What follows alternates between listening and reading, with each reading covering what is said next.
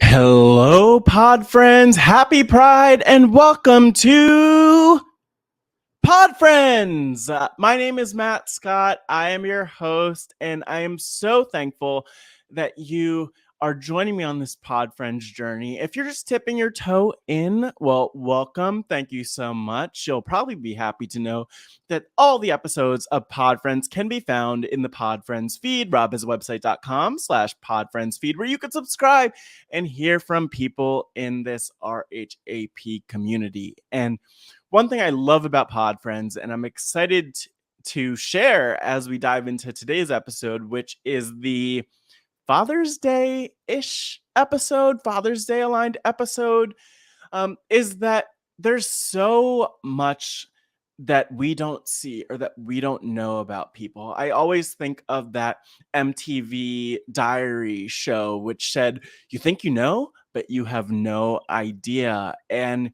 that's how I feel about a lot of our guests, including this week's guest, who is none other than David Bloomberg, who you know, of course, from the rules that dictate how people could win, how they should play Survivor, and of course, on the other hand, unfortunately, why they lost. And so I am thrilled for you to hear the conversation with David, because David is someone who has been around not only this RHAP community, but in fact, longer than this RHAP community has been in existence in this reality TV world. In fact, having his own website in this space before a lot of people were really commentating on and talking about reality TV. All the way to now, where he hosts Why Blank Lost and where you can see him on RHAP. David is newly retired. He's figuring out what that entails, what that looks like. He is a father of two sons in their 20s, which makes him a great fit for this Father's Day edition of the podcast. A former environmental engineer and manager, someone who definitely takes science seriously, and someone who also comes from a background that I didn't fully expect in talking with him. And so it was great to have the conversation to dive in again about fatherhood, retirement, the rules, of course, lots about the rules. And about the evolution of this community. Again, beyond just RHAP, what has the journey looked like to where we are today? And how does David stay on top of it and adapt and embrace things like TikTok and Twitter tips? Shout out to Twitter tips. Maybe you want to leave David a tip. Who knows? But I really love to hear from his perspective and learn from it. And you hear us talk about it a little bit, but this was definitely an intergenerational conversation. It was a meaningful conversation.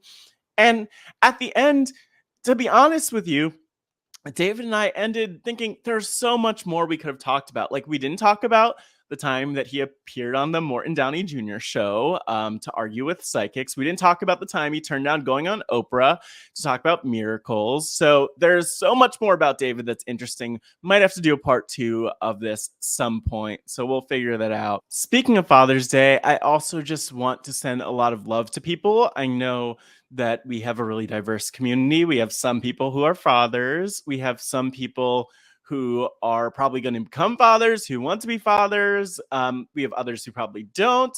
And actually, Dave and I talk a little bit about that over the course of the podcast. But I also want to send love to people who are having a challenging day today. I'm someone who lost my dad 5 years ago to a rare form of leukemia. And my dad at the time was my best friend and really continues to be one of my biggest heroes and inspirations. And so just want to say that as we talk about fatherhood and what that's looked like for David, that if you are someone who is having a rough day on Father's Day or this week because of Father's Day or in relation to this conversation, I just want you to know that I see you. I'm showing you so much love, sending you all my love, and just want you to know that you're not alone with all of this, and that a number of people in this community also can relate to that struggle as well. Again, sending so much love. Before we dive in, I just want to thank you all for being here on the journey. I mentioned you could subscribe, leave those 5 stars. Please leave a review. Let me know what you think. I'm going to start taking a look at those for season 2 to see what's coming up. You could do that at robhasawebsite.com/podfriendsfeed. You could watch on YouTube at robhiswebsite.com/YouTube, where you could subscribe and see videos just like this one. If you're listening to the audio, you could suggest a guest if you go to bit.ly/podfriendsnom. You could become an RHAP patron at robhiswebsite.com/Patreon. And if you go to the show notes, you can find so much more, like where to follow Podfriends on social media, where to follow me on social media, spoiler alert, at Hey Podfriends on social media, especially on Twitter. And of course, at Matt Scott GW on Twitter and all of the places.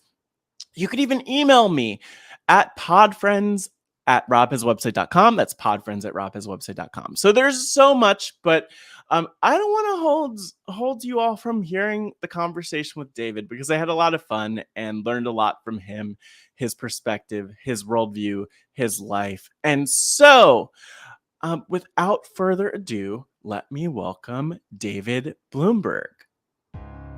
Making his way to the podcast, hailing from Springfield, Illinois, he is the creator of the former website Reality News Online, as well as the reality TV Halls of Fame and Shame.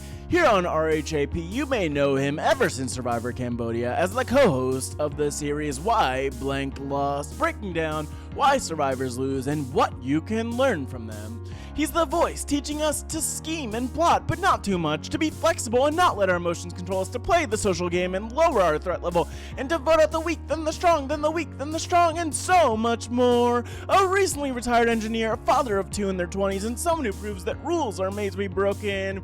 Please welcome David Bloomberg. I do feel the need, David, as the more seasoned podcaster here, the more seasoned RHP podcaster here. If you were me, how would you start this episode? I mean, I always start them the same way, so that's kind of hard. I just say, "Welcome to Why Blank Lost," and go from there into usually some sort of little bit. So I think I could probably do something that's like, "Welcome to Why David's Here." I didn't really work that out. Hey, it works.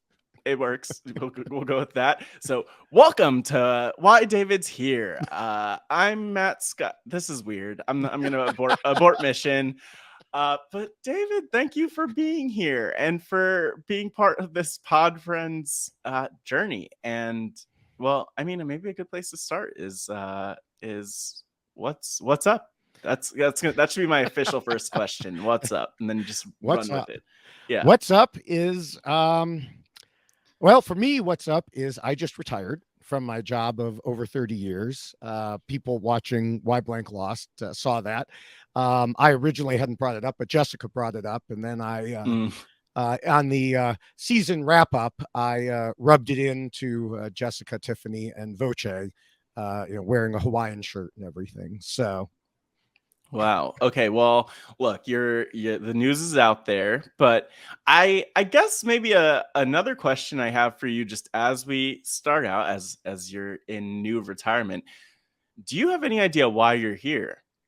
Do I have any idea what, like? I don't mean in a universal sense. Okay. No, I mean like in this Podfriends episode. Why do you think the people want to hear from you, and I want to hear from you?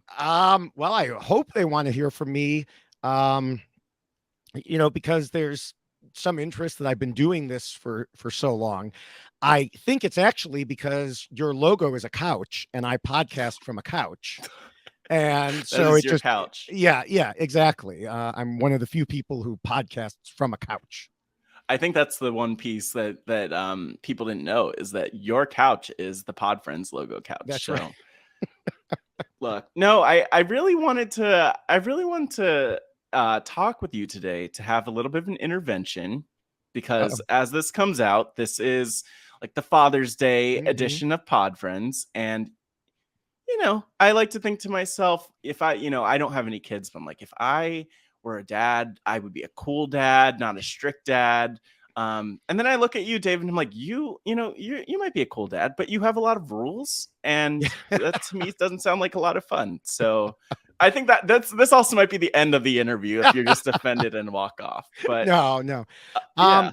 I think I was somewhere in between. I think I was pretty strict Mm-hmm. in certain things, but I think that both of my kids, who are now grown, they're 26 and 23, Mm-hmm. um, they would say that they got away with some things. They have told me that they got away with some things.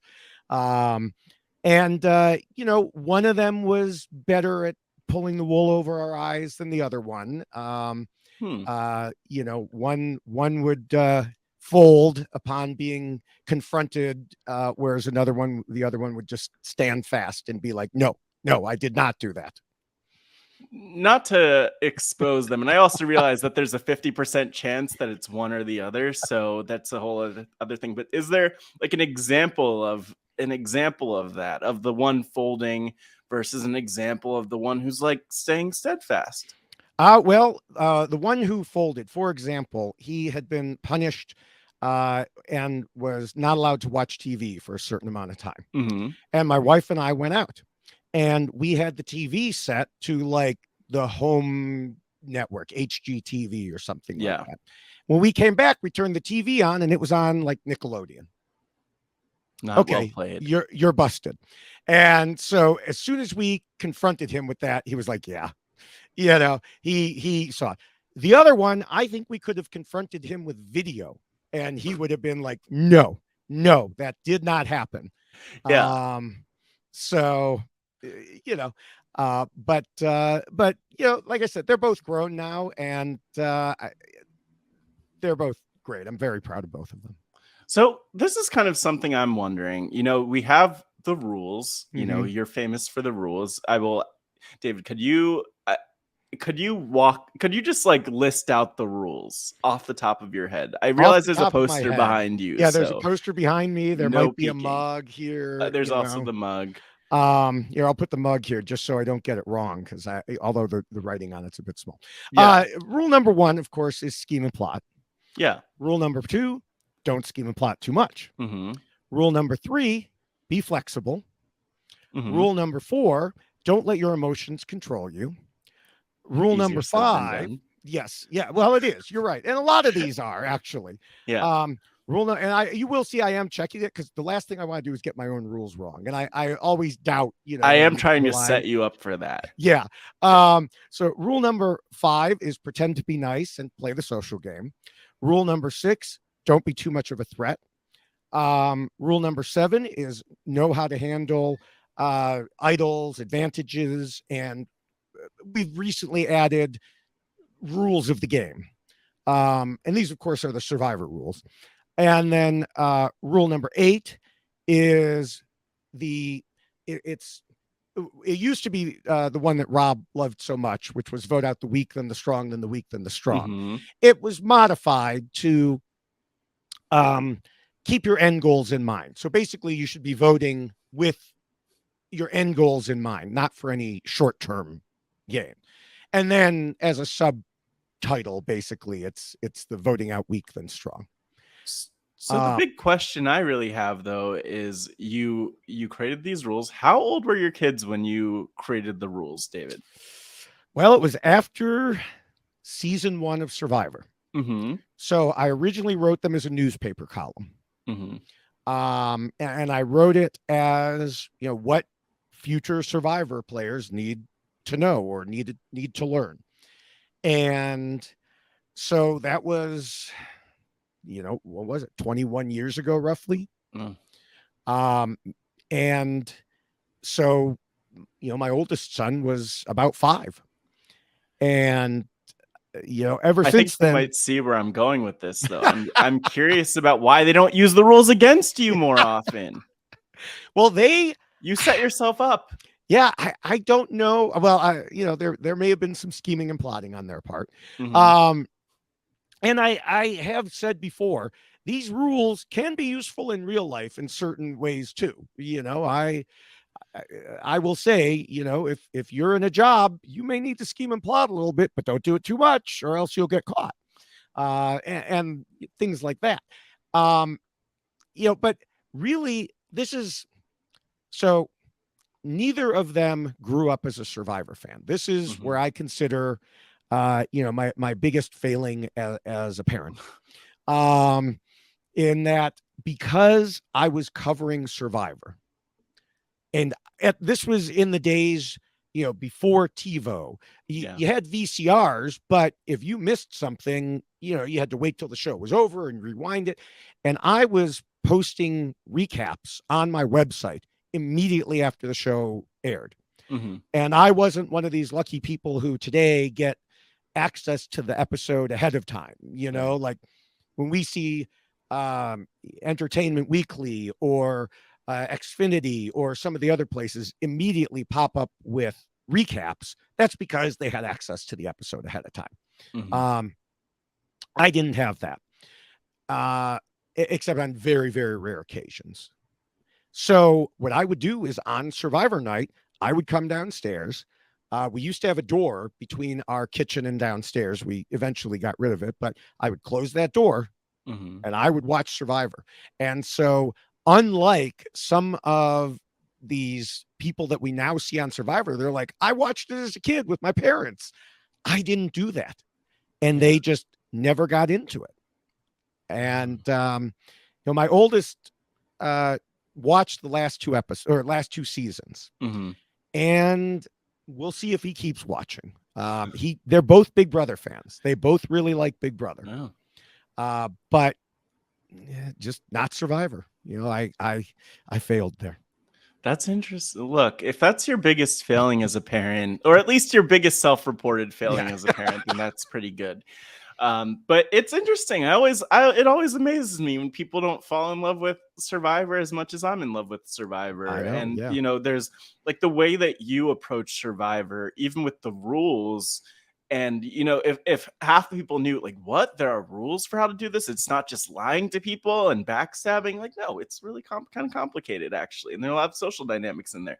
I think that they would appreciate that Survivor is this fully formed thing. But one reason I'm excited for this conversation for Pod Friends with you is because you've been around this world of Survivor, not only as a fan, of course, but in this way, covering it from the very beginning. You have the rules that are so deeply embedded in the game that there are people who are referencing them in their, for better or for worse, in their exit press, in their intro press, like, I'm going to follow David's rules. And we see how that works out, right? People referencing your rules in live reality games, online reality games, all of the things. But something I feel like there's so much that I still don't know about you and your backstory. Even one thing I'm curious about, though, before going like way back, is like, obviously you've talked so much about Survivor. You've had these rules. I don't remember. I don't know. Maybe I'm wrong, but I don't remember seeing you on Survivor back in the day. No. So I'm curious. Just in case, I don't know. Maybe you changed your name or something like that. There were a few other Davids. That might have been the problem. But like, I don't know. What's been your relationship with that? Have you ever wanted to be part of it, or did you just enjoy, watching from afar? Do you still want to be part of it, I guess, is a valid question. Yeah, I mean, over time, I have wanted to be a part of it, but my health has always been an issue. Mm-hmm. So first, about 10 years ago, I was like 1/3 more of a person than you see now. I lost about 90 pounds in about 9 months. It was not the healthiest way to do it, but and so before that, I was overweight enough that there was no way I was going on Survivor. Mm-hmm. I also had bad knees. I also had a thyroid problem. I had most of my thyroid out due to an illness. And so all these different things, I have asthma, which was worse then. So all those things kind of combined together. I'm like, well, they're never going to let me take thyroid medicine on Survivor. And by the time I learned, oh yeah, they do let you take your normal daily medications. I had other issues come up, and I also saw what Survivor can do to people. Those close-up shots of Stephen Fishback's feet. That's enough to push anyone away from playing the game. Yeah. Um, No comment. Stephen yeah. Fishback, who may or may not be, well, who hopefully will be a future interviewee on Pod Friends, probably has lovely feet these days. He's in Yes. DC here, by the way, somewhere. So if Yes. I see him out in the summer with his flip flops, I'll let him know. Hopefully he never hears this. You can continue talking about Steven's nasty feet. Well, I mean, it was just everything, the injuries that people have said that they've had, the health problems that they've had. And yeah, I mean, those sorts of things, as much as I want to play. The other thing is these days, people are going in knowing who I am. Mm. Yeah. If I mean, I have been in other online games where people are like, we need to target Bloomberg first because he's the guy who talks about why people lost, Right. And so I can only imagine in Survivor, if you were on Survivor and playing against me and you saw me there, wouldn't you be like, I have got to get this guy out because, I'll show him why he lost. I mean, I just know it would happen. I might have been able to get away with it before we went to video, but now I'd have to give a fake name and people would be like, yeah, that's not who you are. So I just really feel like in many ways, and I'm not comparing myself to Rob at all, but I think Rob has said similar things. If he goes back, which hopefully someday he will, but I think that if he goes back, there will be a contingent of people who are like, yeah, get him out first. Yeah, it's rough. It's sad too. And it is interesting though that you mentioned the online and these other reality games. Have you played a lot? I know you've played, different games like Mafia and related games, but have you played any like survivor based games? No, I just haven't had the time. Maybe I will now. Yeah. I guess I should also mention, by the way, when I said retired, I should have said this before. That's from my day job, not from podcasting. This is like not my swan song here or anything, I'm glad. Yeah, I'm glad that we didn't get that. I'm glad you clarified that, just so people didn't. But honestly, I mean, retirement is pretty big business if you ask like Tom Brady or someone. So maybe we should just pretend we'll cut it out. We'll just pretend that you're fully retired. Right. Yeah. Like outside of the rules themselves, I guess I'm curious as we talk about this before moving on. Like, have there been? I don't know. I'm curious how what the response to you has been from people in the community in general. And you've had 20 years of being visible in the community. So maybe there's been a flow to that. But in my mind, rules, well, there's so many things I could say about rules. Rules, some would say they're made to be broken. Rules, others would say they're not a lot of fun. To be the guy who's associated with the rules, though, is an interesting role. You could be viewed as someone who has a lot of expertise. You could also be viewed as someone who's not, not as fun, not like more of a buzzkill. Like, come on, David, why are you bringing the rules in here into this conversation? Well, what's that like? What's that outside perception been like? And I'm also curious, like, how you've heard from people over time. I loved when you were mentioning the VCRs a few minutes ago, for example. But like, obviously, there's been the evolution from the forums to social media. What has that feedback been though along the way? Well, I mean, when I started, it was just so. Let me go way back to how I started. And some of this I've talked about before. Yes, the Wayback Machine. Yeah. So I, started not writing about reality TV. I started writing in general about science and pseudoscience.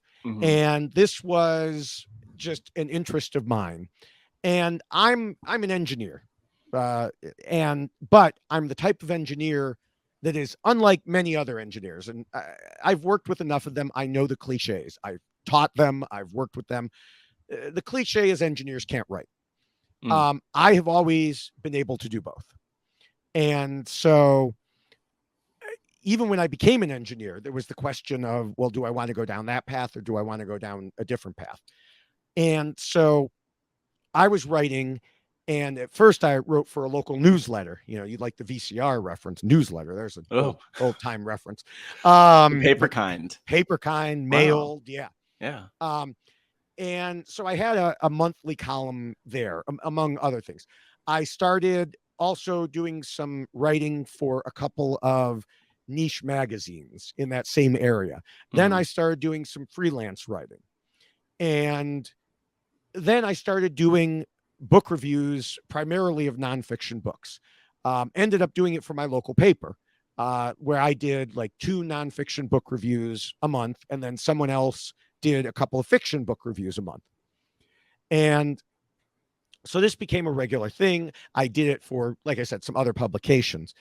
And then I thought, well, I don't like that these appear in the newspaper, and I've read this whole book, and yeah, I got paid a little bit for this review, but it doesn't appear anywhere else. No one else can see this. So, the web was opening up, and I mean, before that, even going back further, I had been involved online for years and years, since college. And, before there was really an internet, a World Wide Web, just on message boards. And so I was familiar with everything. And so anyway, I decided to find a place where I could publish. I found a website that paid per click. So per impression, rather. Right. Everybody who read something, I got paid something. Now, they were paying what today you would look at and say is an extraordinary overpayment. Okay. And this was in the days when people were just putting tons of investment seed money into websites. It was the .com boom. Yeah. And so, I was getting a very little bit with that, but it got me involved in some discussion forums. And I saw what other people were talking about. And some other people were talking about how they wrote about Survivor. And I was like, oh, and I looked at their articles and I was like, oh my God, I could do so much better than this. And, I was watching the show. I was interested in the show. And I was like, I should start writing about the show. So I started writing about it, started, getting those all important impressions, and, started building from there. Well, as I said, that was the .com boom. What happened after the .com boom? The .com bust. Yeah. This company could not sustain it. We saw it coming. All the writers in the forum, the company was denying throughout, they were like, no, everything's fine. Everything fine. Literally until the night that the repo people came and took their servers, they were denying that they were in any financial trouble. Wow. And so they went out of business, owing like a lot of people a lot of money. They owed me at the time $3,000, which to me was a lot of money at the time. And I mean, it's still a decent amount of money. Don't get me wrong. But some of us had foreseen this, and there was another company that had opened up that was like, okay, we will create a website for you. We will do the work. We'll put together the website. You just provide the content, and we'll split ad revenues. Okay. So their Reality News Online was born. And so I started writing writing all the articles there. The first official article that appeared on Reality News Online was Why Kel Lost. So that was Survivor Australian Outback. Yeah. And from there, it just, I just kept going, and I started adding new writers, and, just making friends with people, adding new writers. But what I was not really involved in the community. So that's a very long answer to getting to what your original question was. Yeah. Part of it was I didn't have really that much time to get involved in the community. I was still, I was working a full-time job. I was raising kids. I had a family. And part of it was I didn't want to accidentally plagiarize anything. So I didn't want to read someone else's article and then accidentally do the same thing. Which, looking back, I don't think I should have worried about that. I think there are ways to incorporate other people's thoughts, as we do now, as long as you give them proper credit. But at the time, that was my thought. So I never had a message board or anything like that because I knew how much work it was to moderate a message board. When I said I had been involved in message boards since college, I had moderated a number of different message boards, including some internationally spanning ones. Mm-hmm. I created rules, you'll be surprised to hear, Oh. for some of these message boards, some of which are actually still in existence, I think, some of these rule sets. And so I knew how much work it was to moderate a message board. I didn't want to deal with it. So that's, we wrote and we told people to email us if you wanted to contact us. Mm-hmm. And so what that website was missing was a sense of community with the people who were reading.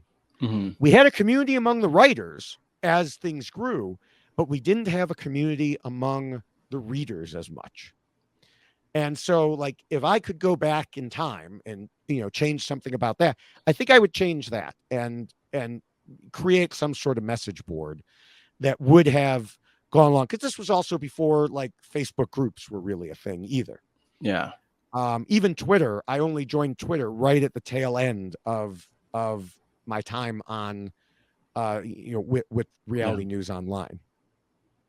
So that's a long answer to the first part of your question, for the community back then. Yeah. It's interesting, though, that there wasn't.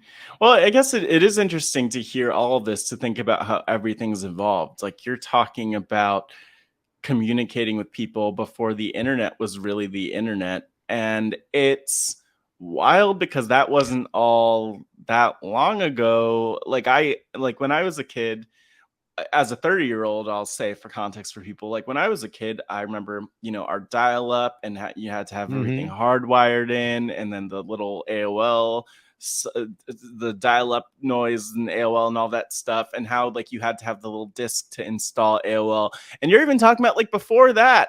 Oh, yeah. Yeah. I'm talking about, for any of the people who might remember, something called Fidonet. Oh my gosh. Okay. Is that like a dog? The dog? Well, Fido? yeah. It was, I don't know where they got the name, but it was a network of individual computer bulletin boards. Uh-huh. Okay. So there were local computer bulletin boards. People would call in directly to the computer hosting it. Oh my gosh. And there were message boards there. And then, so some of these were local and some of them were part of Fidonet. Fidonet had all these different forums. And what would happen is, so let's say that I was running it, which at one point I did. Let's say I was running the bulletin board. I ran at the time the Temples of Syrinx bulletin board, which is based off of a Rush song. And so I was like, I won't even detour. And so people would call in, they would see the messages on the message board. They could reply to one. Okay.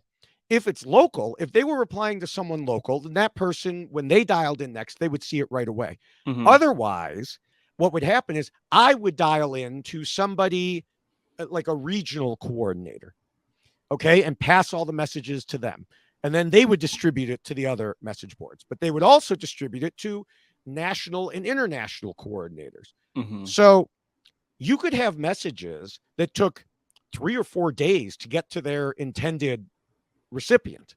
Wow. And you would have these, like, you could have political arguments going on where you could even lose track of, you could send a message and then you see something else and you send a message and yeah, there are just days and days in between these. And that was, that was message boards back in those days, which led, I think that went in, I'm trying to think of how long that went. I think that ended, at least for me, before Survivor. Yeah. But there were other, message boards. There was Survivor Sucks. There were things like that. Now, I never really got into that because I was like, well, I like Survivor. Why would I go to a board that's called Survivor Sucks? Right. But I remember when I went to one of the finales. It was the first finale I went to in LA. So I think it was our good friend Thailand. Yeah. And I don't remember how it happened, but I ended up getting together with other people who were from Survivor online media and message boards. They all knew each other. They knew me. I was embarrassed. I didn't know who any of them were. They were like, "Oh, hi, I'm so and so from Survivor Sucks. Yeah. I'm so and so," and I'm like, "Oh, hi," And yeah, I didn't know who they were. They were great people, but I didn't know who they were.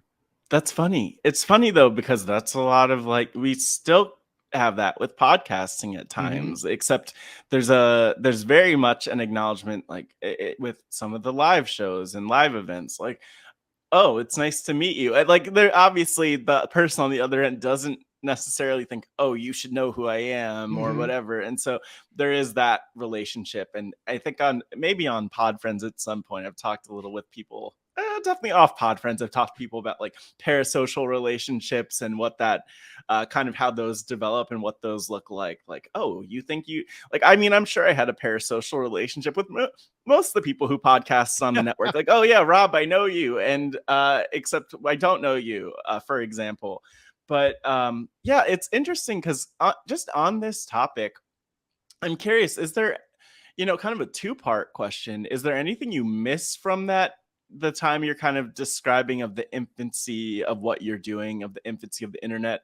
And then is there anything that you're glad that we left behind and, that we don't have anymore? I think what I miss about that is probably more selfishly, there were a lot fewer people doing it. So Mm, like when I was doing it, like I was at one point, my website was listed in Entertainment Weekly's top 100 entertainment websites. yeah. And I had no idea this was coming. Like I got Entertainment Weekly, but one of my assistant editors like messaged the group. It was like, "Have you seen the new issue?" And I'm looking at the issue. It was in an insert in the center. And we were Mm, listed. And I was like, "Oh my gosh." And it was specifically for my interviews with Survivor players. And, it's, but then as time went on, it became easier and easier to do a website. And more people started putting together websites. And so there was just this proliferation. Now, again, that was totally selfish on my part. It's good to have more voices. mhm. But at the time, I wasn't thinking of it that way. At the time, I was like, who is this person who just created some sort of blog Yeah. and did it? Because I never called myself a blog. I was a website. And, we had editors. We didn't, we had, strict rules of, Mm, that I sent out to all the writers. This is the words you will capitalize. This is the way you will refer to people. And so, I tried to hold everything to a higher standard, and I felt that we were kind of just drowning in the masses. And then podcasts came along, and this guy named uh-oh. Rob shows up, You ruined and everything. I know I've told him that. But um, but other people did too. So there were, now things I don't miss is the number of hours I was spending. Yeah. I mean, I would wake up at probably 5:30 in the morning, edit and post articles that came in overnight, Mhm. go to work, do my regular job, come home, and you know, probably usually eat dinner, but then spend another couple hours working on articles to post. And this was with, I had multiple overtime assistant, associate editors, and just, so many different writers, and we were trying to cover so much. Wow. Wow. This is like, it's fascinating because there's a lot that you did and took on. And then now I guess the part two of that question is like, what are the things, I guess, what excites you about how we do things now? Um, well, for one, I'm not in charge. Uh, I don't have to work those hours. Again, it's like, Um, sorry, Rob. yeah, yeah. Well, I mean, the thing is also quite on, Yeah. Patreon didn't exist then. Ads were paying almost, as I said, there was the .com bust. And so even after I had my own website, ad companies were still trying to figure out how to make it work. There was a time when I considered leaving my day job for the website. Wow. But I had 2 young kids. I had a wife. I had, my job had good insurance. It had, all these different things. And what I was reading was, if you want to go freelance, you need to be making X percent to, be able to level up. Mm-hmm. And I made that percent 1 year. And then the bottom dropped out again of all the ads. People realized you can't pay per impression. You can't even pay per click. You have to pay per purchase. Mm-hmm. And that really took the wind out of things.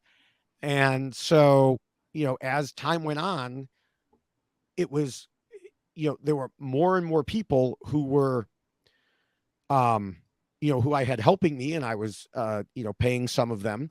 I do regret that I couldn't and didn't pay everyone who wrote for me. There just wasn't the money there. And I was putting in all these hours. And, when I looked back at it, I was probably making like $2 an hour. And so at one point, I had a discussion with my father, who helped me with my taxes at that time. And he was like, at some point you need to make a decision what you're doing here, because, you're working all this time and I know you enjoy it, but is it really worth it? And I was still considering that. And then my computer died, and it took a lot with it. It was at the end, near the end of One World. And it just, my hard drive absolutely died on me. Oh. And it took with it a number of my passwords and my links to like FTP upload sites and all those other things. And I just said, well, okay. You know what? I knew I was coming close to making a decision. This ends it much more abruptly than I intended to, but it looks like my decision is made. Wow.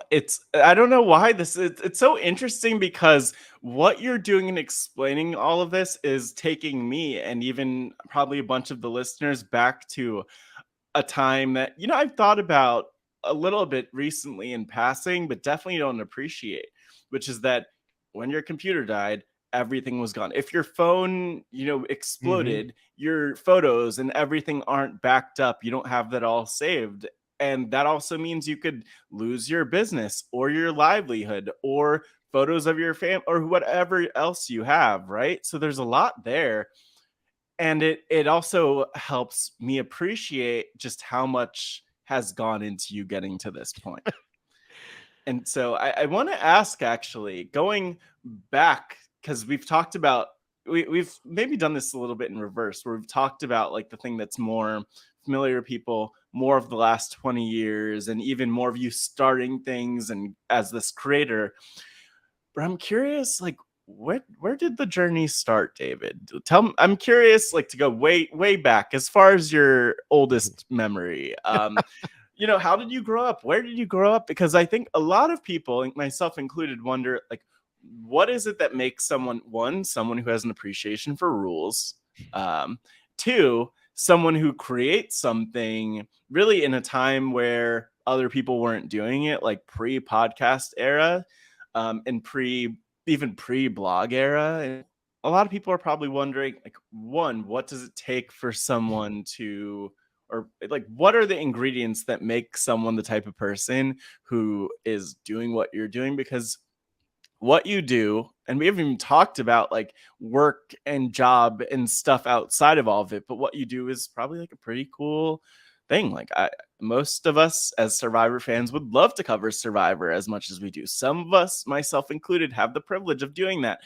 But, going back, I'm curious, how did you grow up? Like, what were the ingredients that made you you? That's a good question. I mean, I grew up, I'm the oldest of 3 boys in the Chicago suburbs. My mother was a teacher. My father worked in sales for, at first, a spring company. They made springs for mattresses. When I was in high school, he lost his job in the Reagan economy. Wow. And we had to make do. You know, um, we went and sold things at flea markets. So my grandfather had a belt company, a belt factory, and we would take his belts and sell them at flea markets. My father met a guy there at flea markets who printed his own shirts, and so we started a deal with him, selling shirts. And um, so yeah, I would, like I said, when I was in high school, my weekends were frequently doing that. My Mm. father would go to like county fairs and sell shirts there too. Yeah. So there were some overnight trips where we would sleep in the van, the 71 Dodge van, Mm. and then he also, tried a side business where he was selling mattresses. He actually had special mattresses made, small enough to fit in the van. He would take them to people's homes so they could try them out. Wow. And he was just doing all these things to, my mother still was working, but so ends could meet. And, eventually he did get another job through his contacts in the industry at a foam rubber company. And so that was good. But even then, he had to commute into Chicago, which was quite a commute in terms of time, not so much distance, but the rush hour time. Mm. And so, yeah, that's, how we were brought up. I was always good at math and always good at writing Mm-hmm. and science. And so that's where it comes to, like I said earlier, you've got the engineer path or, this writing path. Yeah. And so I, ended up going to school at, well, here we go, University of Illinois. I was a second generation University of Illinois. Both my parents were there. My kids were third generation. Oh, wow. And so went there, originally had planned to do a double major in two different types of engineering. Instead, dropped it. I majored in what was then called ceramic engineering, which is not the making of mugs. Mm. Um, Thank you for the clarification. yes. I needed that. Yeah. And, because of, the money situation was still not great. And I had a lot of AP credits. And so I did some summer school and I got it done in 3 years. And then I went to grad school and still in ceramic engineering. Now they call it material science and engineering, but Mm. um, I went to grad school. My intent was to get a PhD and work in research. The problem was that to get a PhD, you had to pass the PhD qualifying exams. I was never a good studier. Okay. Mm-hmm. And this is going to sound absolutely egotistical. And I know that it does. In high school and sometimes in college, certain things came a little too easy for me. I Right. never learned truly how to study. Mm-hmm. Okay. I would just, what were some of those things that came too easy for you? just math and Uh-huh. science and that sort of thing. Yeah. I hate to talk about it this way, but like when I took the GREs, the Yeah. graduate exams, I didn't even look at the book until the night before. I looked Mm-hmm. at it and went, oh my gosh, there's a logic section here. I didn't even know there was a logic section. Had no Mm-hmm. clue. I looked through it. I took it. I got a perfect on the logic section. Mm-hmm. Wow. And, similarly on the SAT, I got a perfect on the math section. And again, this sounds like great things, and it was. I'm not, I obviously I don't want to downplay myself, but I also don't want to like sit here and pat myself on the back because I never learned how to study. So when it came time for PhD qualifying exams, and I had to sit down and try to study everything I had ever learned, plus some things I had never learned, I found that I had no idea where to start. Wow. I just could not do it. So I postponed it, and then I postponed it again. And then I said, you know what? I'm right now, I'm just going to get the master's degree. And unfortunately, that didn't happen either, because what ended up happening was I was working on low temperature glass, okay, which could be Mm-hmm. used in electronics purposes and other purposes. And there were a couple pieces of equipment that I need to use that kept breaking. And they were the type of thing that like takes months to get a new part in. And so I was working on this. And then my professor calls me in and says, the grant that you're working on that's paying you Mm-hmm. is expiring in 3 months. You Yeah. need to wrap up your work. I was like, well, there's no way. Because it was a statistical analysis and I didn't have enough. Another thing that slowed me down, if I back up a little bit, was I Mm-hmm. had only planned to be a research assistant at that point. But he needed a teaching assistant because the university had recently introduced rules that teaching assistants had to pass an English fluency exam. And so one of the ones that he had planned to do teaching assistant for one of his classes Yeah. failed that exam. Mm. And so he needed me to step in and do that. So that was more time away from my research. So I worked on this, and, you know, low temperature glass doesn't sound terribly exciting. I recognize. I will say I did something a little more exciting leading up to that. The Yeah. summer before, the summer before my senior year, I worked at Argonne National Labs as an Mm-hmm. intern on high temperature superconductors, which were Mm-hmm. brand new at the time, ceramic superconductors. And those were pretty cool.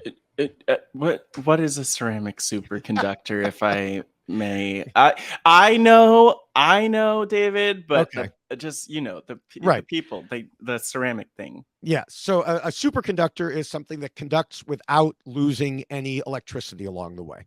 Okay. And so this was, over 30 years ago, obviously, close to 32, 33. And they were yttrium, barium, copper oxides. They had been discovered, and they were trying to figure out, they did it at liquid nitrogen temperature, which was considered high temperature. So that, Okay. um, and, uh, and so people might have seen, well, depending on how old you are, the picture of, you've got this hockey puck looking thing and a little magnet floating over it. Mm-hmm. That's what we were doing with superconductors then. And so I was lucky enough to get that internship and worked on those, ended up, publishing one paper and being listed as a writer on another paper from that. And, like I said, at the time I was planning to go into research. And so that was great. Moved on to the glasses, like I said. Mm-hmm. So to fast forward back up, the professor was like, okay, you're out of time. And so I was like, I don't know what I'm going to do here. I had a friend who was from a nearby town, and said, hey, this government agency where I work is hiring engineers. Why don't you Mm-hmm. work there? You can commute back on weekends and finish your research. And so that's what I did. I applied, I got a job, and my plan was to do that. And then I found out why that grant had run out with my professor. It's because he hadn't renewed it because he was moving to a different university to become the head of their department. Tricky. And Sneaky. He was yes, scheming and plotting. yes. And so, they don't keep around labs for professors who aren't there anymore. So I would have either had to find a way to attach myself to another professor, or what my professor said was like, oh, just put together the data you've got. Mm-hmm. I did not feel like I had enough data to really create something. And so I never had my dissertation. I never put it together. I had all the classwork done. And I just never got my master's, because I couldn't do the dissertation. Yeah. But then I was in a different field. I was now in environmental engineering. Well, one thing I want to ask about Something that's occurring to me as you take a long sip out of your mug with the rules, Hmm. is because I think about like even the rule of being flexible as one of them. And I've never really thought about this in the context of your rules, but I'm curious how much you see overlap with just your life and your journey, because it sounded like, I mean, I mentioned, jokingly, the head of the lab scheming and plotting a Hmm. little bit out of, not scheming and plotting too much because you Yes. didn't find out Right. until much later, but so maybe that worked out. But I'm curious, yeah, like you had to be flexible in the face of what you were doing. Obviously it's kind of a crushing thing if you, like, anyone could imagine working towards something, whether it's even like the analogy of a puzzle where you're building the puzzle and you're almost at the end, but you can't find the pieces that you need to complete it. And it's like, well, I guess I can't complete the puzzle. And it kind of sounds like you were facing that at that point. Yeah. I mean, and again, this sounds weird talking about myself in this way. I find in some ways Yeah. that I can be flexible. I see other people who aren't as flexible, and I don't know if I think it's just the way some people are hardwired. I Hmm. can accept the answer, I don't know, for example. Yeah. Except when I ask my wife what we're doing for dinner and she says that. But other than that, Yeah. uh, some things we just don't know. Whereas other people will be like, no, I must have an answer. And if I don't have an answer, I'll make up an answer. Mm. And I think that I have just been able to kind of move through changes in life and, you know, go with the flow as much as possible. Now, sometimes my personality has not been very go with the flow, and it's a lot easier for me to look back on it now.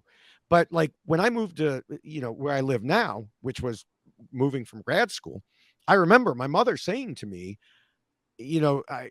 David, this, I don't know how you can do this. Just move somewhere where you know nobody and you're moving to a new job and everything else, and you don't know anybody there. And I was like, well, you just have to do what you have to do, and you figure it out. And so I think that there are, everybody's different. And so that's one thing that I try to remember is that just because I can do something a certain way or think of something in a certain way doesn't mean everybody's going to do that or put themselves in someone else's position. Yeah. Um, and so even my retirement, people have been asking me, David, what are you going to do in retirement? I don't know. I had plans pre-COVID, or I had thoughts about plans pre-COVID. Hmm. A lot of those things I can't do right now. Maybe I will, maybe I won't. Right now, I don't know. There are some things that are very weird. Like I have been a saver my whole life. I have not been a spender, which, one thing that has allowed me to retire now. Yeah. And so it's weird, this concept that I won't be saving money anymore. I will be pulling money out of the accounts that I was putting money into. Hmm. That is weird, but I had to get past that. And um, a lot of like articles that I read are like, don't retire from something, retire to something. And I was like, yeah, that's great in theory. It's a But privilege. yeah, I'm retiring from this job because I cannot do it anymore. The stress Yeah. levels are too high. Yeah. And so I'm retiring to not being in that job anymore. Yeah, that's powerful. And I mean, that's awesome to hear you even talking about that. And I think, I think about who our community is and the listeners. And, one thing that I've heard a lot from pod friends so far is that people really appreciate hearing, about people's journeys and about advice that they have and how they, navigate some of these challenges. Because for a lot of people, for a lot of us, like we've had career transitions in the Mhm. pandemic. and just in general, like that's life. Even before the pandemic, a lot of people were facing those transitions, and long after whatever point it's actually over, we'll continue to face those transitions. And so I'm curious from your perspective, because I imagine a lot of the people listening to this listenership are like in their 20s, maybe 30s, some even younger, obviously some a little older too. But like I'm curious about your advice that you would have for navigating some of the difficult transitions you face. But in particular, maybe the framing I want to add is like, is there advice that you would give to your sons, like in your kids, like in the context of all of this? I mean, there's several pieces of advice that I give to them and have given to them. Yeah. One is, you know,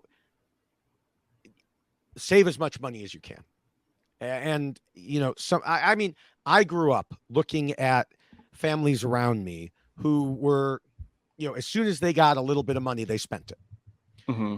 And then it came time for college and they were like, well, we don't have the money for college. Whereas my parents were more savers, which enabled us to also survive my father being laid off, as well as, the work that he did. And so that's something that I have always done. I hold on to cars for a long time. I don't, I'm not the type of person to get a car every couple years. I hold on to them often until they fall apart. Mm. Both of my sons are now driving cars that belong to either me or some other family member that Wow. we got for them. And so definitely saving what you can. You also you need to be doing something that you enjoy, because, one of my sons has known what he wanted to do like since middle school, and he's doing that and he enjoys it. The other one had to figure it out a little bit, but I think he's in a place now where he's enjoying it as well. Hmm. And that's, what you need to be able to do. So I wanted to do research, to go back to that. Yeah. And I vowed I will never work in an office. And then I worked in an office for 30 years. But I was lucky enough that the job posting that was available when I was looking was a more open thinking job role, not something where you just do certain things by rote. Because there Hmm. were some positions for engineers at the agency I worked where, yeah, you do the same thing over and over again. Mine, well, it may surprise you to know that my job, even as it changed for the last 30 years, involved writing rules, interpreting rules, enforcing rules. You're consistent. If Yes. anyone ever says that you are not consistent, David, I'm gonna just throw the book of rules at them. Yes. And that's what leads to I mean, when I was listening to the last episode and you were talking Yeah. to Grace, and I think she mentioned being a rules lawyer, Yep. and I was thinking that sounds like me. And then you Yep. called her the David Bloomberg of that podcast, and I was Hmm. like, oh, okay. And so yeah, I have, and I know this is a tangent from what you asked, but I have always been a rules kind of guy. When I played Dungeons and Dragons and similar games, I was a rules lawyer. Hmm. I mentioned I moderated message boards. I wrote rules. Before COVID, when I played a lot of live poker, I was almost always the one that the floor, and the floor is the one who's running the game, would consult at, let's call them the unofficial rooms. Mm. We'll call them home games. Where if something came up, they would say, well, David, how should we address this situation? Because they knew my familiarity with those rules. Hmm. And so, when I was writing these regulations, even as an engineer, not a lawyer, I was an engineer at law. It enabled me to take the two sides of my personality, Hmm. and combine them. And yeah, it helped to be a rules lawyer, because you could look and say, how can someone try to poke holes in this? And how can we stop them from poking holes in this? Because, they were government regulations. and you don't want someone to be able to find that little loophole and get in there. And let me just say that my experience with those who write laws, maybe not so careful all the time. Oh, So interesting. I mean, and well, I imagine that that's something that someone who reads laws carefully would pick up on, because I mean, it's like the terms and conditions. Like, David, I'd be surprised if you told me that there was a term or condition that you never, that you haven't read. I don't usually read those. Those are too much for me, I got to admit. Okay. But um, but yeah, it's funny because we talk about rules and um, these rules, these rules right here, Yes, behind you. are different because they're not. Christian Hubicki has told me a couple of times, well, Mm, David, those are not really rules. They're more guidelines.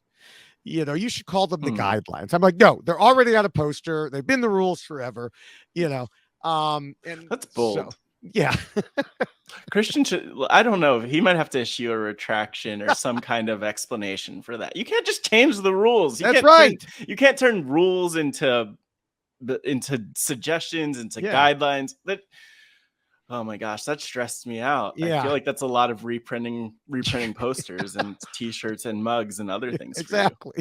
Yeah. Um, and but that sort of rule type of thing is why, like, when Mike was not going to read his phrase on the most recent Mm, season of Survivor, and Steven got on Twitter and was like, no, it says you have to. And I was like, no, it doesn't. What it says is this: there's an if clause right. here, and there's this here. And he's like arguing back and forth with me.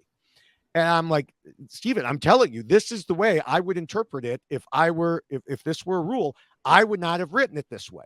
Right. But you had Mike and you had Daniel, who is an attorney. Mm-hmm. And I'm sure that the producers who wrote this, they didn't consult anyone. They wrote something and they thought it was fine until someone studied it and went, well, actually, if you look at it this way, shortly before I retired, a question came up. There was a debate internally Mm-hmm. about some 50-year-old regulations at the agency where I was. And it was like, well, how are we interpreting them this way? Well, I mean, the thing was 50 years ago, they didn't write rules the way we write them now. They weren't as tight. Mm-hmm. And so, yeah, that's where the interpretation portion comes in. And it's like, okay, now we have to have the lawyers look at all the other cases that were there at the same time and see what was going on. But, what I always tried to do was make it as bulletproof as possible. Yeah. Yeah. And I mean, it's powerful. That makes a lot of sense. And it's like, look, if you design the rules and everything in a way that's structured, that could ensure that the structure is strong enough to support whatever you're doing, that there aren't holes in it. Mm-hmm.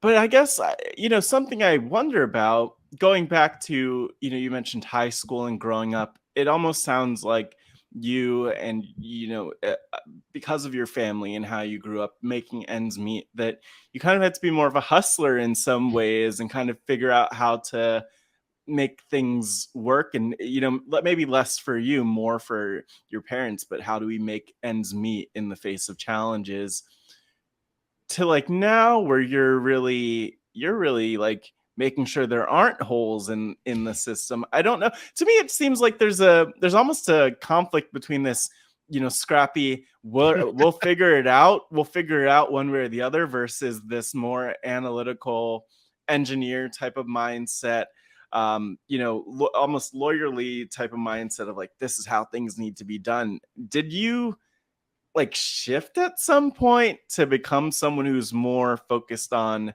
the structure and the rules and keeping everything together, or was that just always there? It was probably always there because, like I said, I was a rules lawyer in Dungeons and Dragons in high school. I still remember playing a game. I think it was called Top Secret. So it was a James Bond type game, role Okay. playing game. And so, of the roles you could be like a James Bond type character. Well, I started out and my character had computer skills. So I somehow managed to convince the game master that because of these computer skills, before I joined the spy service, Mm-hmm. I had hacked an ATM to get enough money Oh no. to buy a upgraded like weapon.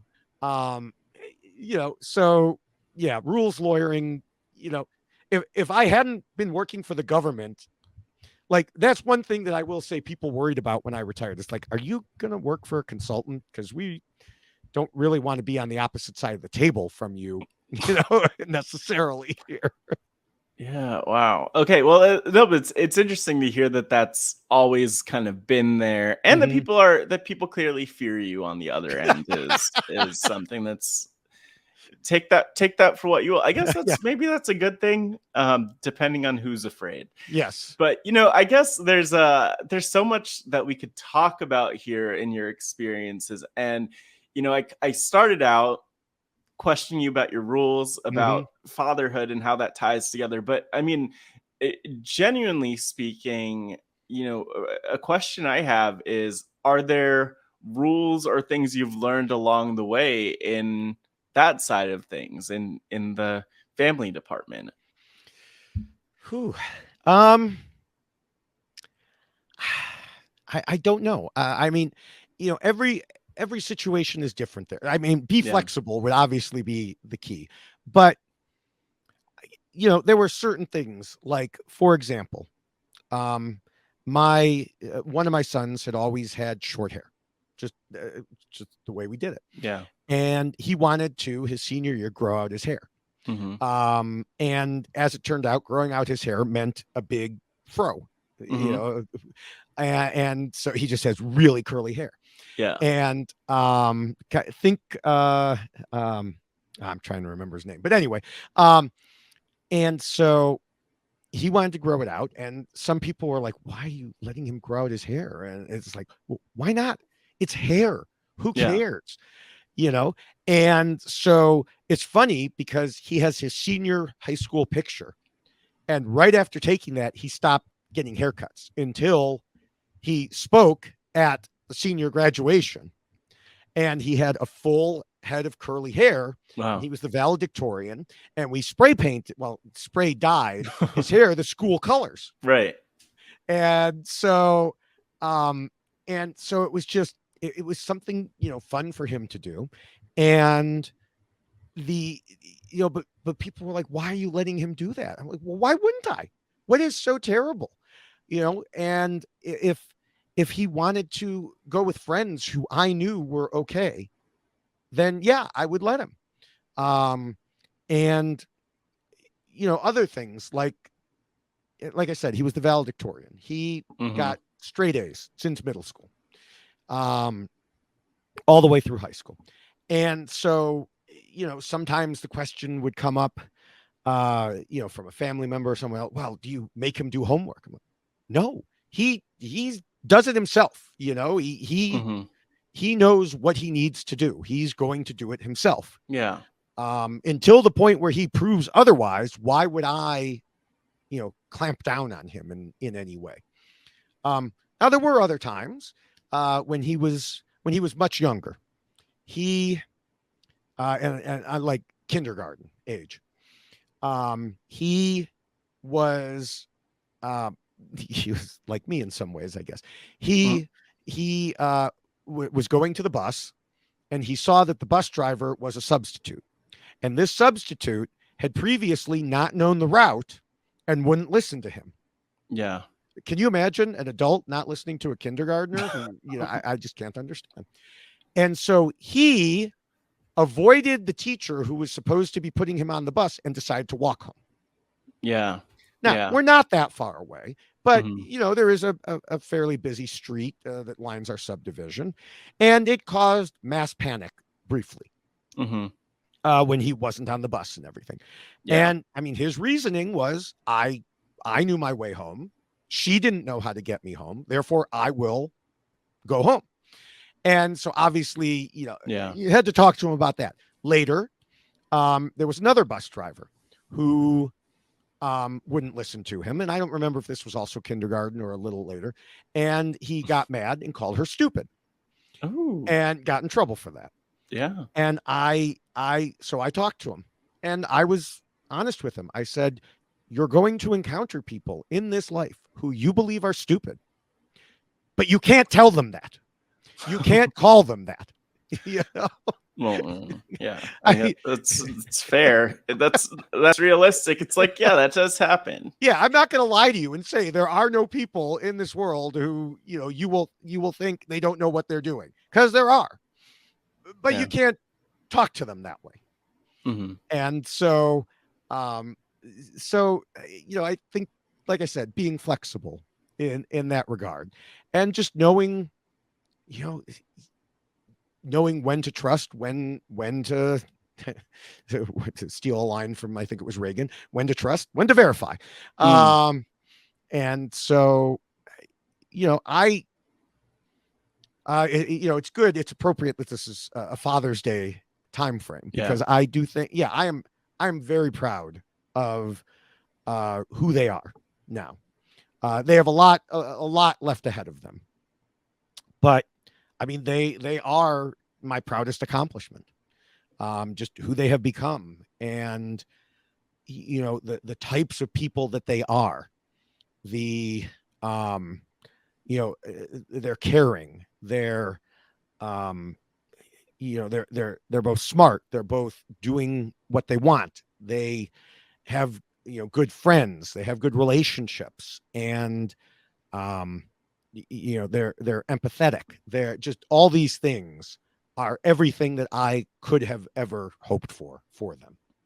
Oh, And if wow. either of them listen to this, they're going to be embarrassed. But Great. yeah, Yeah. Yeah. If you have a problem with this and you are somehow related by blood to David, you know who to get in touch with. that's right. Actually, you know what? You could at me. No, Yeah, David, I'll take this one for you. You could at me, Matt Scott GW, and tweet me. Don't even DM me. Just tweet me publicly, and then I'll tag you under it, David, there we go. to deal with it personally. No, I mean, this is all really interesting to hear. It's interesting to kind of get in your head about how you look at things, how you approach things, just so people could better understand you beyond the simple framework of David's rules. Hmm. But I am, sort of wondering, thinking about fatherhood, and we've talked about that. Like, I think I mean, also, I won't even say I think, from being a young person, there are a lot of young people who either aren't sure or who flat out don't want to have kids. And I'm sure you understand with just how the world is looking and how Hmm. things are going. But I'm curious if you have thoughts on that. Like, if there's, because I really did want to ask you if there's anything that people are missing about parenthood that you would want the listeners and us all to know and understand. But also, if it sucks, that also works. No, I mean, I have loved kids since I was younger. When I remember the day that my youngest brother was brought home. I was in kindergarten. I ran Mm, all the way home, and from school, yeah. and so I've always known that I wanted to be a father. Hmm. Um, and so for a while, quite honestly, it was hard for me to understand people who didn't want kids. In some ways, it still is. I can often put myself in someone's place. Hmm. That is one that is more difficult for me.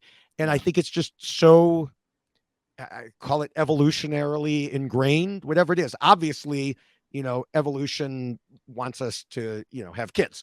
And so it's hard for me to say, is it me thinking that, or is it my genes telling me that? Mm. But whatever it is, I have always wanted kids. Now we stopped at two, because we decided, man to man was better than the zone defense. Um, and uh, Right. Yeah. um, I'm one of four. So, I think my parents said, okay, we have two hands each. yeah, So that's the max. I had a boss who had 10. Oh, So 10 hands. Well, 10 kids, Okay. not 10 hands, Well, uh, that would 20 have been little hands. convenient for 10 Yes. kids. Yeah. Um, but, we could have had a third, but, we just, I don't know, didn't, we felt okay with two. Hmm. And, so, so that is, it is hard for me. Like I said, I try to put myself in the mindset, even someone who disagrees with me on a political topic or some other topic. I Yeah. try to put myself at least in their mindset. Well, here's what they're thinking when they're arguing with me. It's harder for me to do that because it's just so ingrained. But I understand it. I know some people don't want kids. Yeah. Um, and obviously that's a decision that everybody needs to make. Um, and uh, so I found it very fulfilling. Um, but that's just me. Other people find living without kids very fulfilling. So I Hmm. certainly do not pass any judgment either way. But like I said, I am more proud of them than perhaps anything else. I think raising two good humans Hmm. is, in today's world, I think is, like I said, just I'm proud of it. Yeah. One of the things I think is really interesting about today's world too, and a reason that, it maybe, why I at least imagine a lot of people not wanting to have kids is just the fact that we're all really being hit in the face with media constantly, with the world's problems Mm-hmm. constantly, with social media, 24-hour news cycle, all of these things. And it really does make it tough when you're like, oh, well, I can have a kid, but there are all of these issues. And I think that the other thing that's important for people to appreciate, it's like that, the world could still be a beautiful thing. And I have a 3.5-year-old nephew, and another nephew on the way in the next couple of months by the end of this summer. And just thinking about what the world will be like for them, thankfully I'm not, thankfully my sister and brother-in-law are having the kid, and will be responsible for their kids. But also I could be motivated to like make the world a better place for them and do what I can to make it something that we're happy that they could be in. And I get it. There's a lot of resignation in the face of the world's problems, but you know what? There are also a lot of cool like people trying to make progress and turn things around. So it's a nuanced thing. But actually what this has gotten me thinking about is like, in one sense, I don't know if it's just generational differences or even just differences in like how you might look at things versus how some younger folks with this popular narrative of not wanting to have kids might look at things. But I think about you in the context of RHAP in this community, and obviously I'll say from my perspective, it's one thing as a 30-year-old to be able to like connect with the community. But I wonder for you, like, what has that been like? Obviously, as someone who is more seasoned, more experienced, more of a legend than most of us, like, I don't know, has there been anything notable in that sense over time in the community? And have you noticed, like, has it been easy for you to connect with folks? Has it been more difficult? I'm so curious just about your perspective on all that. I mean, I think it is a little more difficult for me. I mean, everybody tends to, in most cases, kind of aggregate with their own age group. It's just Mm, natural. yeah. Um, and so, when when almost all the other podcasters and much of the community is younger, it is sometimes more difficult. They're um now I don't live near, well, anybody anyway. But it would, it's not like I'm going to hang out at the bars with people in their 20s, Mm, or the online equivalent of that. yeah. Um, so now this community has people my age as well, some of whom have been, reading since my reality news online days. Nice. And the community overall is still, no matter what the age group, is still incredibly open and welcoming, Mm-hmm. and just overall supportive. And I can say that, from my own experiences. I mean, I had, a health issue, serious health. I mean, Yeah. serious health issue at the end of October 2020, Right. and posted about it because I wanted to explain to patrons why I wasn't doing the final Big Brother Why Blank Lost for that season. And the number of cards and gifts and messages that I got was absolutely overwhelming. I Mm-hmm. still have them. I still have all the cards. Some of them were handmade. Wow. Some of them were, it was just amazing. I can't even list all the different things. And so, that's the community that we have here. And so from that perspective, yes, I, absolutely feel, a part of that community. And yeah, I can have conversations with people who are younger than my own kids. And, and so it's very interesting in that way. Like, look at even some of the players on Survivor. Yeah. Um, my son knew a friend of Zach. Wow. Yeah. Okay. He heard things a couple of times before I did from this friend of Zach's. Mm-hmm. Um, just some, pieces of information. Right. And so, uh, you know, you get that from these different worlds. There have been, there was at least one person who said to my son, "Wait, your dad is David Bloomberg, the podcaster?" Which my son was like, "You actually know him?" Um, I had someone at work. I had a coworker, not a close coworker, but in the same area, Yeah. who came up to me and he was like, "You're David Bloomberg." It's like, yeah, yeah, and we became friends. And so, um, it's, it's just interesting that, yeah, there is this age difference, and sometimes, yeah, it can be different, but I also use it as learning. I Mm-hmm. feel that I have learned a lot from younger people, younger podcasters, you in particular, you and some of the podcasts that you have set up. Yeah. Um, I have Thank. learned things, just that I don't feel like I would have otherwise learned. Mm. Everything from, like, why do people put pronouns in their bios? Yeah. Okay. I never understood that. I was like, well, I'm a he. Why would I put that in there? Oh, it is to support and, other people who may not use those same pronouns. Mm-hmm. I never understood that until it, there was a podcast where it was discussed. Yeah. And so I have, since added those. Just things like that I don't know your perspective. I don't know lots of perspective. Yes, my family had to make ends meet, but that doesn't put me in the same position as everybody else. I mean, I grew up in the suburbs, Mm-hmm.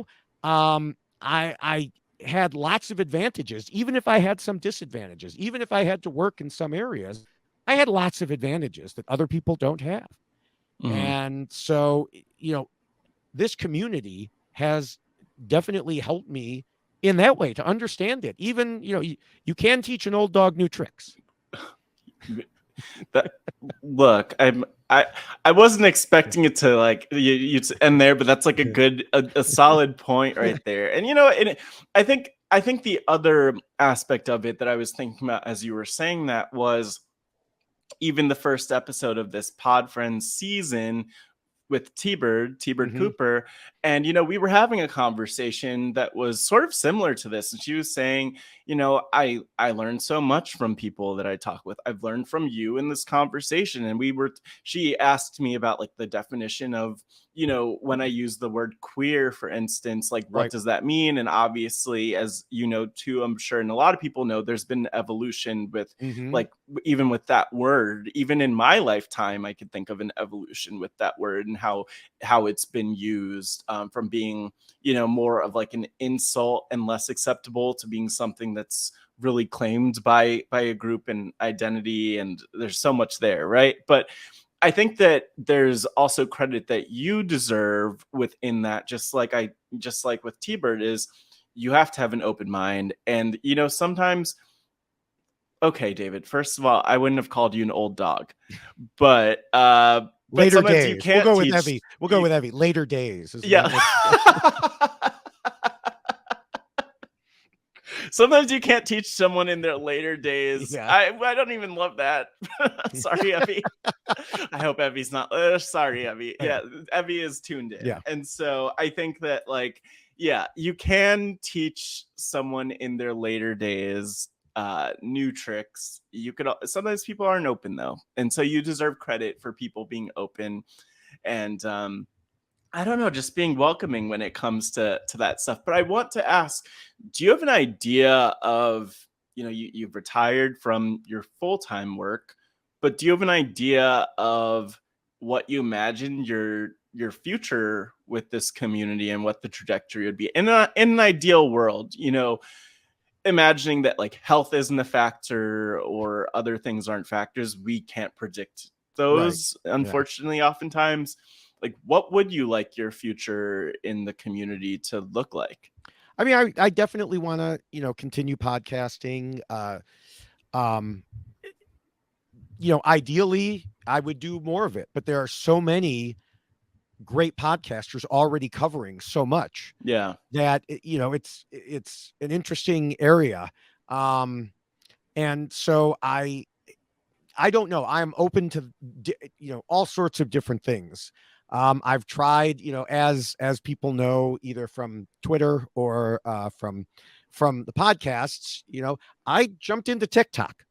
Now, I'm not doing dances on TikTok. I'm not, talk about your TikTok your relationship with TikTok, because you are maybe the most prolific RHAP personality on TikTok, other than TikTok Nicole. I have to give that shout to Nicole Horn for that. But yeah, what is going on with you in TikTok, David? So what happened was, I thought of TikTok as the same thing most people do. Oh, it's a bunch of people dancing and kids these days. But we, the RHAP social media coordinator, Hannah, did a presentation about TikTok. Were you on that at the I was same there. time? Yeah, I was there. And I was like, well, okay, I'll give it a try. I'll take a look at it.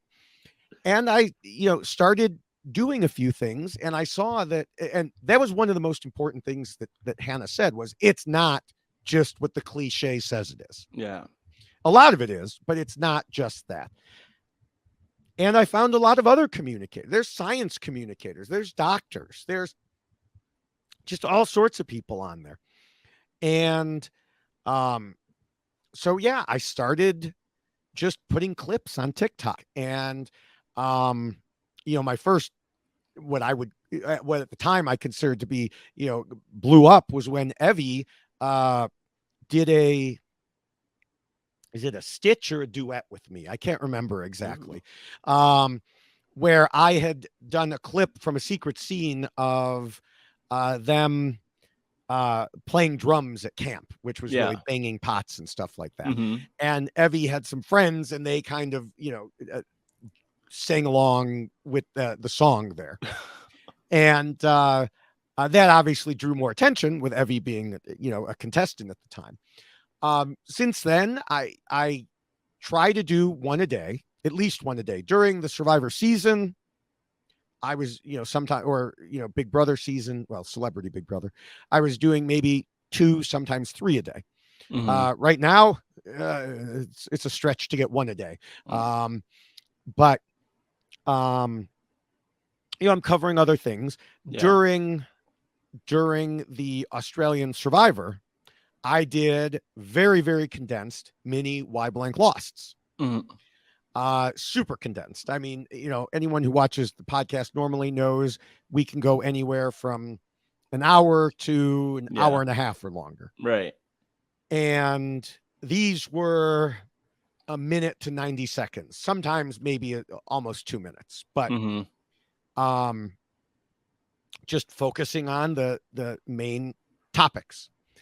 And so, I expect I'll be doing that again for uh, South African Survivor. And I'm sure that I'll be doing more TikToks as Big Brother gears up. Hmm. Yeah. Yeah. So actually, one question I ask before I ask more about what's ahead is what, okay, this might sound ridiculous, but like, I do not TikTok, David. I do not TikTok. And I know many people who don't TikTok. What is the appeal of TikToking? It's like it's weird because even as when you say TikTok, it sounds natural. When I say Yeah. TikTok, it sounds like I'm talking about a clock. And people are like, "What are clocks anymore?" Like Yeah. digital clocks don't TikTok. So, why TikTok and how does someone get started with that? Cuz I'm intimidated. I mean, the why was just honestly because of Hannah's presentation, and I thought, well, I'll give it a shot and see where it goes. Now, do I have a huge number of followers? No, I have like 1,400. In Since I started, which was somewhere around the beginning of Survivor 41, I've got like 52,000 likes, which seems like a lot. Yeah. But it's not like I'm ever blowing up. There were a couple of like, I think, celebrity Big Brother things that blew up to 50,000 type views. There Mhm. was a part of an interview that I did with Voce where he talked about Survivor having a fairness judge that went up to like 50 some thousand views. Yeah. Um, Usually they probably get about 1,200 views, sometimes a couple thousand, a few thousand. Sometimes they'll go to 10.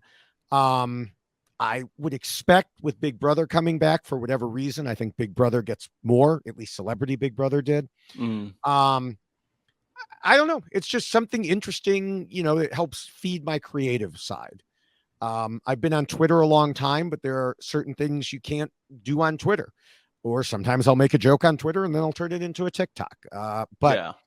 um, it just, sometimes I see something and I'm like, oh, that's funny the way that connects. I'll put it together.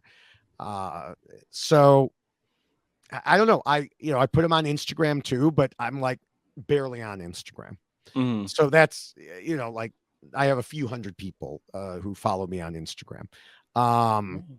but maybe I increase that. I know that there are people out there who they Twitch, they YouTube, they all those other things. I'm not a gamer, so I don't know about doing something like that. But um, we'll see where it goes. It probably won't. I don't expect to ever get like a retirement supplement from TikTok. Um, It you know, might happen. yeah. I mean, like a while ago, I enabled tips on Twitter because I was like, well, why not? If someone really desperately wants to give me money, who am I to say no? But like, this is the first time I've ever mentioned that. I never even mentioned it on Twitter. Yeah. And so, I mean, and in most cases, quite honestly, there's probably something better you could do with your money. Probably something that will help the world more.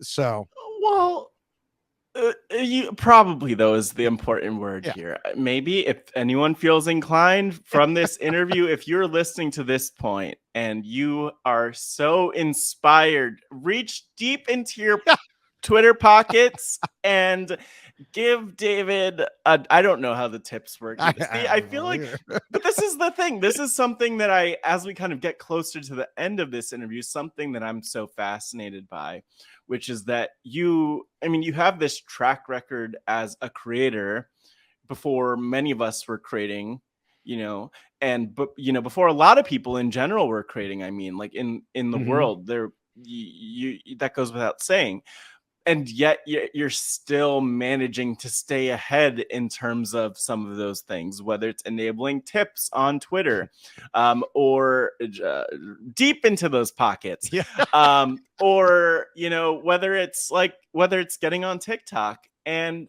I'm just curious of advice that you have for people on how to stay ahead of the game, or on the, I don't know if it's called like the bleeding edge or whatever, but how to stay ahead of the game when it comes to creating and doing what you're doing. Because I mean, again, I've even looked at TikTok and some of these things like, look, I worked with social media. I know enough about social media. I don't need to touch TikTok or whatever it might be. What advice do you have for people to like stay engaged and stay on top of all of that? I don't know that I'm the right. I know, and I thank you for the compliments about staying on the leading edge. I don't know that I've ever been on the leading edge of the more recent things. I was with writing about Survivor. There's, no doubt about that. I wasn't with podcasting. I had the opportunity to try podcasting early on, and I was like, I don't really understand this. I don't have time for this. And even when it came to video podcasting, Jessica was the one who had to convince me, as she often reminds me. And really, it took the pandemic for that. Yeah. Part of it was I didn't really feel comfortable putting myself on a screen. Do people really want to look at me? Yes. They hear me. Well, Yeah. but with the pandemic and so many people at the time being, they weren't having their commutes to work. Like I wasn't. They were indoors. They wanted more of that engagement, and so that's why I did it. TikTok, there were a lot of people there ahead of me, and I'm still way behind lots of other people. It was just something I decided, well, I'll give it a shot, and I'll spend a little time on it. Twitter, I really only got onto to promote my website way back when. Even Facebook. I got onto Facebook for two reasons originally. One was to promote my website, and two was because like my family was making announcements there that I didn't know about. Like my mother one time said, "Oh yeah, and then when your cousin has the baby." I'm like, "Wait, she's pregnant?" Oh gosh. "Oh yeah, she announced it on Facebook." It's like, oh, okay, I guess I got to get on Facebook. Yeah.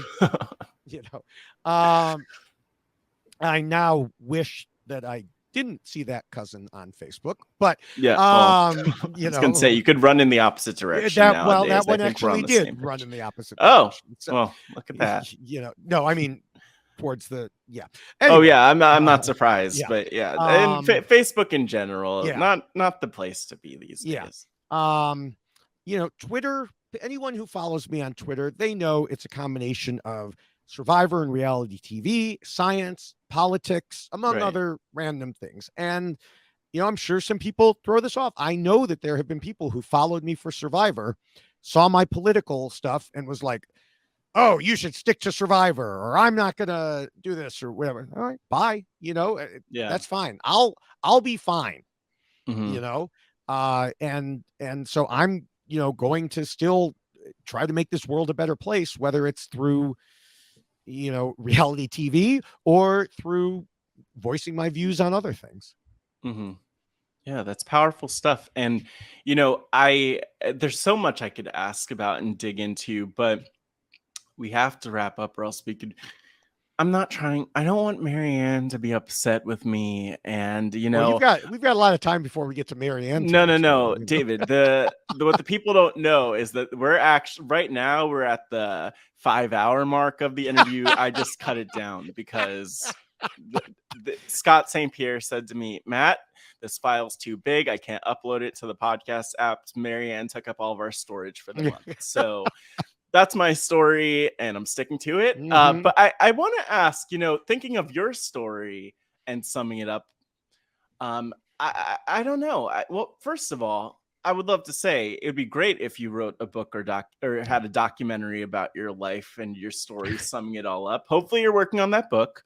But more than that, I ask this question to everyone: of if your life were a book or documentary, what would the title be and why?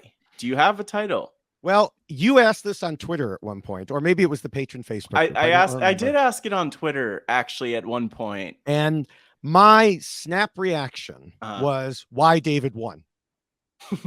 Okay. And since then, I knew you were going to ask that question, and okay. I've thought about it, and I'm still Uh-huh. going to stick with it. Because I have had a lot of things happen in my life. I mean, within the last 4 years, I've almost died twice. Okay.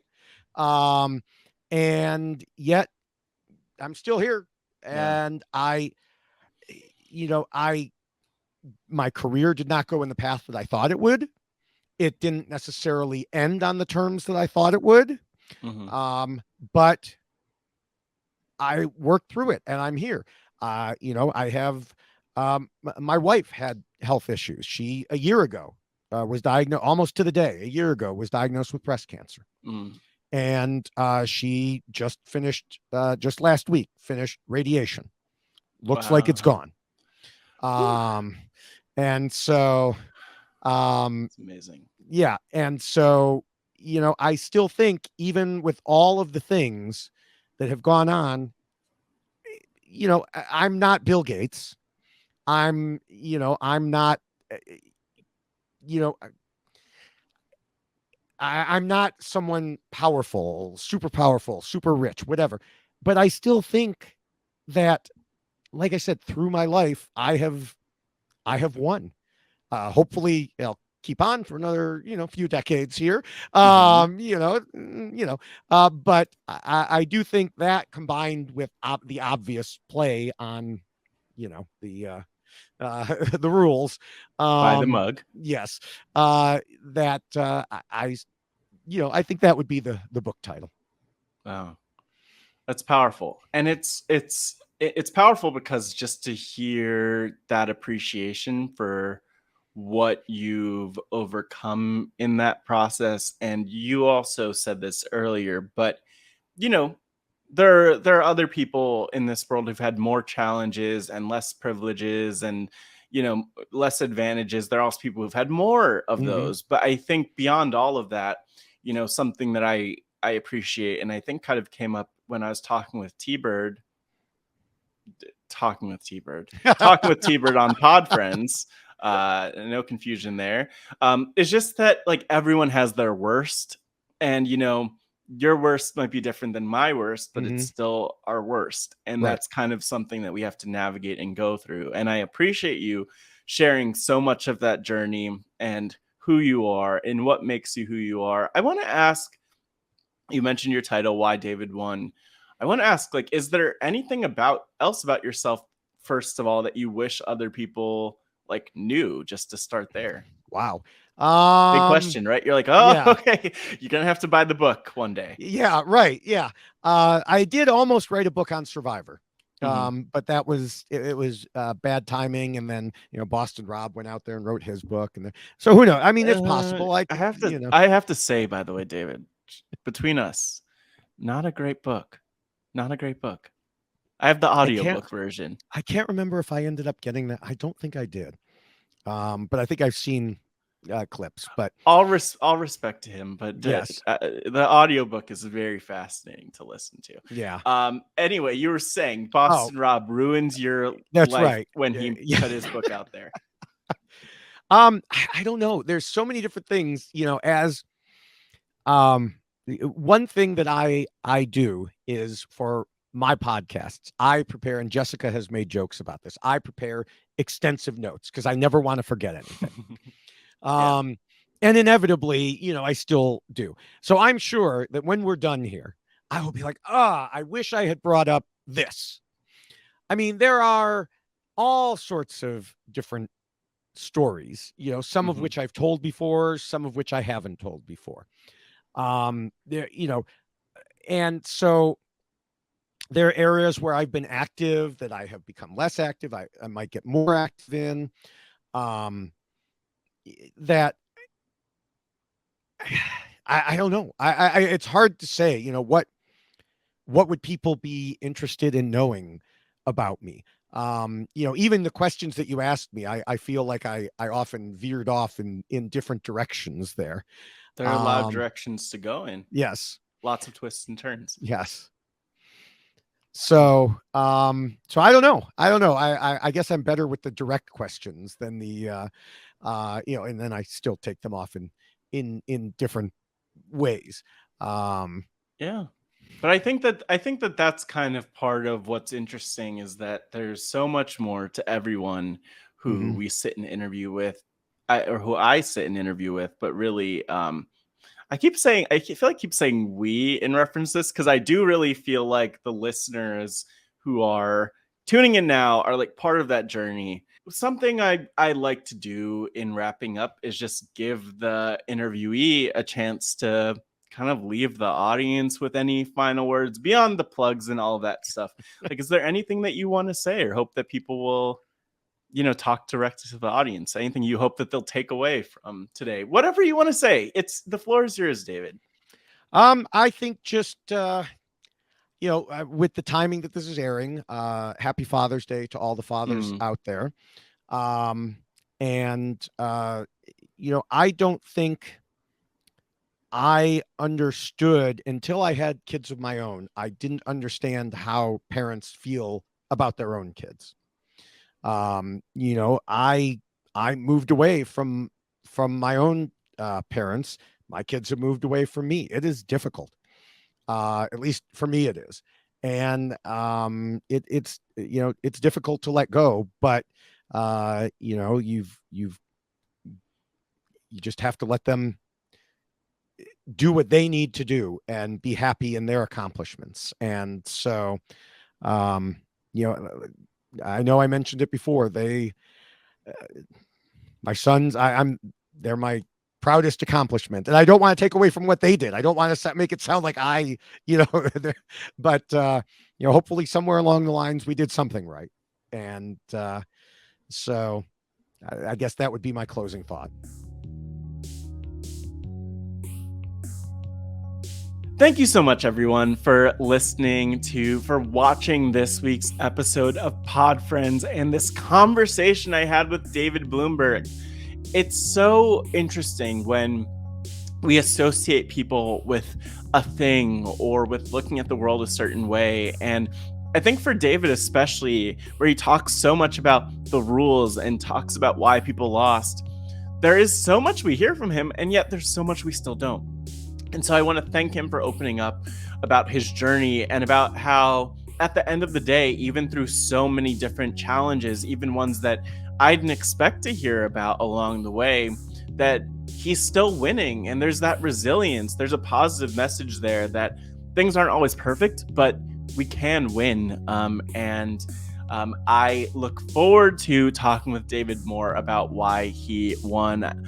But before signing out, just want to encourage you, if you enjoyed this, number one, to share the podcast, like post a link, use hashtag podfriends and hashtag RHAP just to spread the word, and tell a friend to tell a friend to tell a friend, even, as the iconic Bryce Isaiah would say. And I mentioned at the top of this episode, happy Pride, it's Pride Month, but also want to encourage you, if you're listening and if you're a Survivor fan like me, like David, that you check out the Pride Has Spoken, a podcast series celebrating LGBTQ plus survivors. I'm doing that with Dr. Evie Jagoda and with the one and only Grace Leader, and just thrilled that we could put that out there into the world and talk about Survivor in a lens that we don't often hear about, which is also what Pod Friends is all about.